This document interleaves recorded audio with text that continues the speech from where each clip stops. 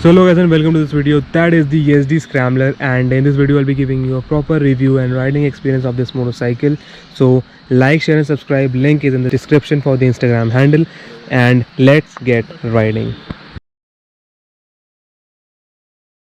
So riding the ESD Scrambler, and straight away let's talk about the sitting position of this motorcycle, the ergonomics. So ergonomically the ESD Scrambler is quite a comfortable machine. It has got a single piece handlebar which has been raised up, and the foot pegs are just a bit on the rear set side, so that's decently comfortable, and the seat height also is quite low at 800 mm, so that's just 5 mm higher when compared to the 411 Scram and the Himalayan.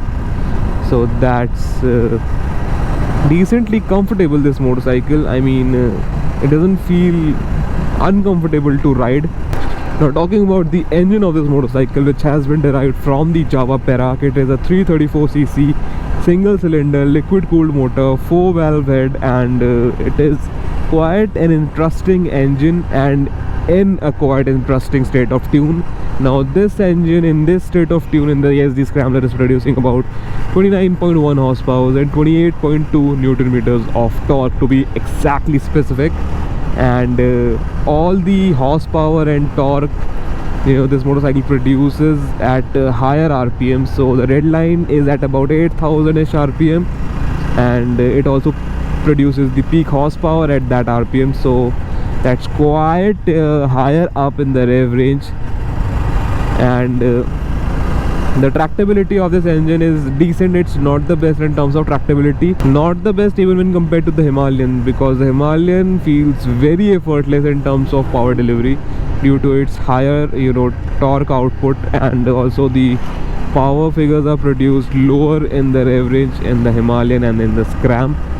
So that's something. And as I shift in 5th gear at about 50 kilometers per hour, the engine doesn't feel all that happy while riding at 5th gear at 50 kilometers per hour. So that's something. And now as I'm accelerating, so at about 70, now it feels happier. So yep, as I said, the tractability of this engine is not all that good. And to be honest, if you need to slot in the 6th gear, you should be around at about 70 kilometers per hour. Then the engine will feel at home at riding at in 6th gear. The mid-range of this engine is quite strong. Top end is not all that exciting, but the mid-range is quite good. And low end is also quite engaging, not the best, but the mid-range is quite strong, and again obviously not as strong as the Himalayan, but it's quite good. It will still be faster than the Himalayan in terms of the mid-range and roll-on accelerations, but it won't feel all that faster. Now let's see the mid-range performance. So let's get to 60. Then now that's 60 in 6th gear, full throttle, 70, 80,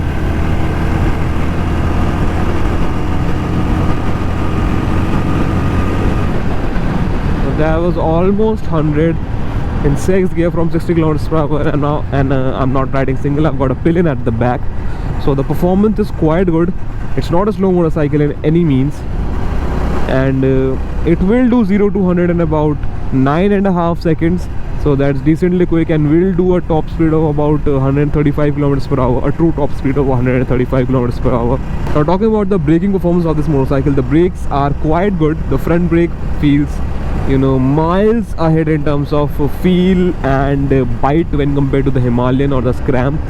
And even the disc size on this motorcycle is bigger. It has got a 320mm rotor, and at the back it has got a 240mm rotor, and the bite is good at the front brake. The lever feels a bit spongy, but the bite is decently good for a Scrambler. And at the back also the bite is not there. The lever feels spongy, but it has got the braking force, and it has got dual channel ABS obviously, and the rear ABS can be switched off, so that's a very nice addition if you're taking your Scrambler for proper off-roading. Now let's talk about the suspension setup of this motorcycle. So it has got conventional forks up front, they're quite beefy, and at the back it has got twin shocks. and to be honest, this motorcycle is a bit, stiffly sprung, and it should have been a bit softer on the front but and at the back, but it is on the stiffer side for some reason. Obviously that's better for high speed cornering and proper corner scraping performance, but when you're off the road you need softer suspension, and this motorcycle doesn't have that. Also, the tire setup of this motorcycle is quite interesting. It's wearing a 19 incher up front, a 100 section tire, and a 17 incher at the back, with the widest in the ESD range, the 140 section tire. Talking about the refinement levels of this engine, now this is not the most refined engine in the segment, to be honest. Even in the Perak it felt unrefined at certain speeds, and even in the ESD it feels quite rough and raw, not in a good way, to be honest. It should have been a more refined unit, because even the Himalayan and the Scram is extremely refined in the year 2022, so this is not that much refined, but yes, it is what it is. So let's do a quick acceleration test on the ESD Scrambler, and let's start it up.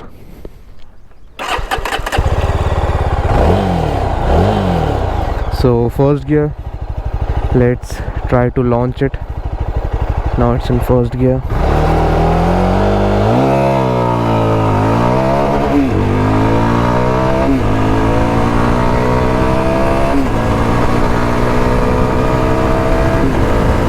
That was 100.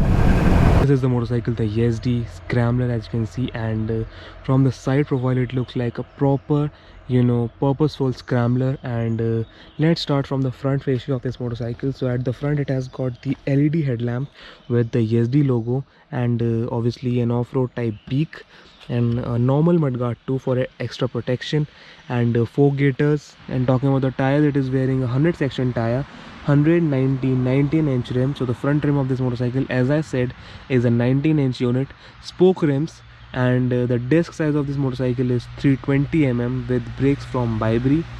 This is the radiator of this motorcycle, obviously, as it's liquid cooled, and the engine, as I said, is has been derived from the Jawa Perak. As it's a ESD, they have sculpted the engine cover from this side and also on the other side as the original ESD had.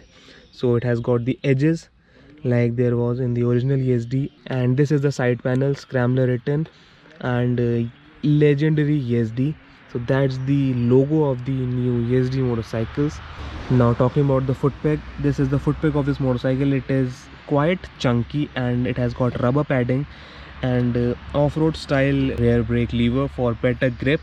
It has got those teeth to hold on your feet, and this is the rear brake reservoir. This is the foot peg for the rear passenger, and obviously, as I said, it has got twin shock setup, and the rear tire of this motorcycle is the widest in the ESD range. It is a 140 section 17 inch rim, 140 70 17, and the tire is from MRF Zappa. The rear disc of this motorcycle is a 240 mm unit, and again brakes from Bybri.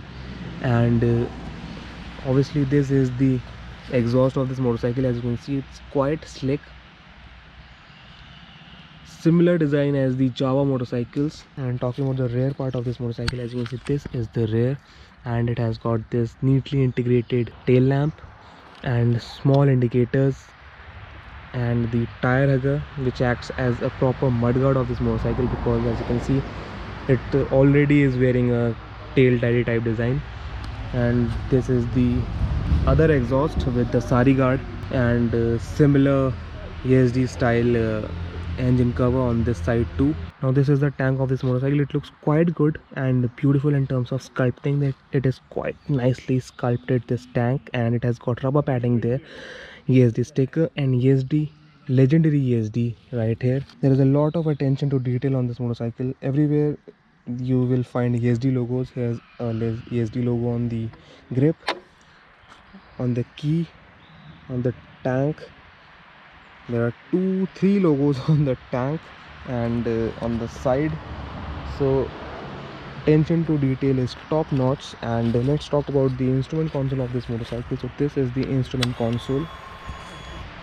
It says high when you turn it on, telltale lights on the side, and speedometer, tachometer right here, and this is the fuel gauge, time, the gear position indicator, the side stand warning, and this is the mode of this motorcycle. As you can see, it is currently on a road mode.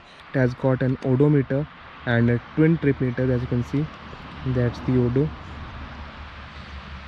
So in terms of in terms of information, it's decently loaded, not the best, but it's quite good. It has got an offset speedometer, and it does a quite decent job. And now let's listen to the exhaust note of this motorcycle, as it's wearing twin exhaust. So let's see how it sounds. So let's hear the exhaust note of the ESD Scrambler. Let's start it up.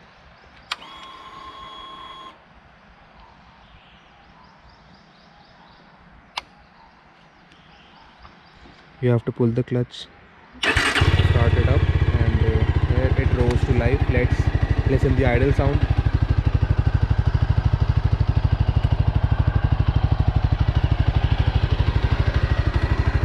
Now here's the trick. If you rev this motorcycle, now as you can see, it has got a soft limiter on. So to hear the proper exhaust note, we have to put the side stand off, and then it will sound much nicer. So let's see how it sounds without the soft limiter. It's quite a gimmick, but this motorcycle has got the gimmick.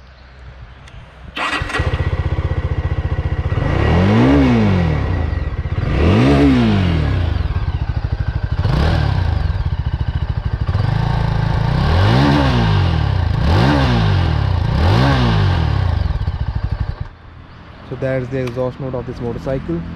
Another thing about the ESD Scrambler is that the ground clearance is actually massive on this motorcycle. 200 mm of ground clearance. Now that's absolutely epic for proper off-road duties. And this is the charging setup of this motorcycle. It has got a USB and a C-type charging port.